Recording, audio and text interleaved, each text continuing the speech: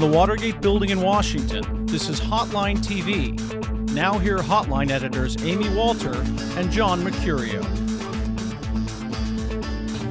Welcome back to Hotline TV. I'm Amy Walter. And I'm John Mercurio. Well, we haven't seen Chuck Schumer this happy since his It's Academic team had the big reunion. Yes. That's right. Today, Mark Warner confirmed that he will run for Senate in Virginia, leaving Democrats confident about the prospects of another pickup in the Old Dominion. Let's take a look. 6 years ago, we brought a bipartisan approach of change to Virginia. And it's time to bring that same approach to Washington and our nation. Because our country is at a crossroads. We're dealing with a mismanaged war. We have no national competitiveness plan and no thoughtful approach on energy policy that would actually create jobs, make us more secure in the world, and that deals with the threat of climate change. Virginians know that politics as usual just didn't get the job done. I've decided the way I can contribute most to getting our country back on the right track is to serve in the United States Senate. All right, so what do we think, Amy? Is this thing over before it begins? Is he in it to win it? Oh, that's a good line. Yeah. Where'd you get that? You made Hillary that up? Clinton said that at the beginning of her campaign. Yeah. Here's the thing. I'm just going to feel, I feel a little contrarian today. Bring it. All right, so I'm just going to bring it on. I'm going to say this. All right, look, does he start off as a heavy favorite? Of course. Did he leave office with a 99% approval rating, whatever he had? 73%, yes. actually. Okay, fine, whatever. This is a very different campaign. Now, he's running in a great year. He has everything going for him. But let's just look, just for a moment here, the stuff that might be a little problematic for him. Please. Okay, first of all, he starts off in this video, he talks about how he's, about change, which, okay, that's fine, but you do have a record. Remember, you were governor. And as Republicans have already noted, they're going to talk a lot about taxes and his record on that. He's never had to answer those. He never had to run for re-election. That's number one.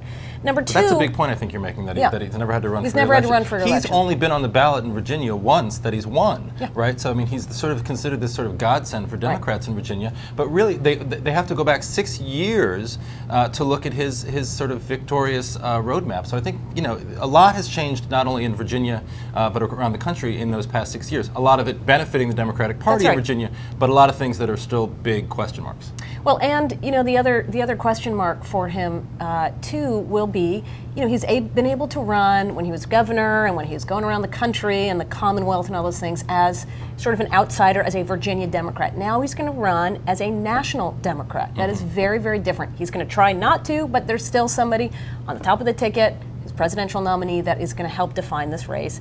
And you just have to wonder whether if Tim Kaine or Jim Webb get into any trouble between now and November, whether it's of their own making or not, how it reflects on him. You mentioned the top of the ticket. I think that could be that's going to be an interesting storyline, I think, on in both parties in this race. Assuming Tom Davis wins the Republican nomination, which I got to assume he does over Jim Gilmore, if he has somebody like Rudy Giuliani on the top of the ticket running in the Republican Party, on the Republican ticket in Virginia, it's going to depress a lot of conservatives, not just in the Republican, in the presidential race, but then again for Tom Davis in the Senate race. And on the Democratic side, look, if Hillary Clinton is the nominee, that's going to be a big problem for people like Mark Warner, for people like Mark Udall in Colorado. A lot of these sort of red state, for Bob Kerrey, if he runs in Nebraska, a big problem, I think, for these red state Democrats running for the Senate that Democrats are sort of relying on in this year.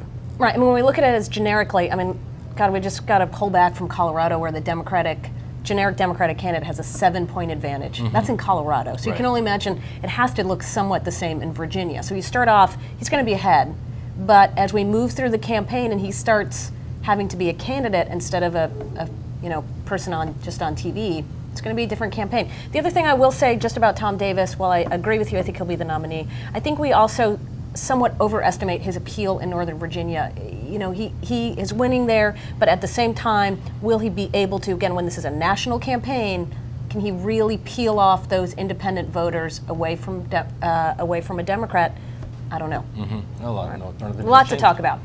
Well, we like to put a big shout out, really. It's really a shout Shana Tova, to our friends who are really actually not watching this today because it is the high holidays. Yes. So, and everyone else too. Happy Hotline Day. Happy Hotline TV Day.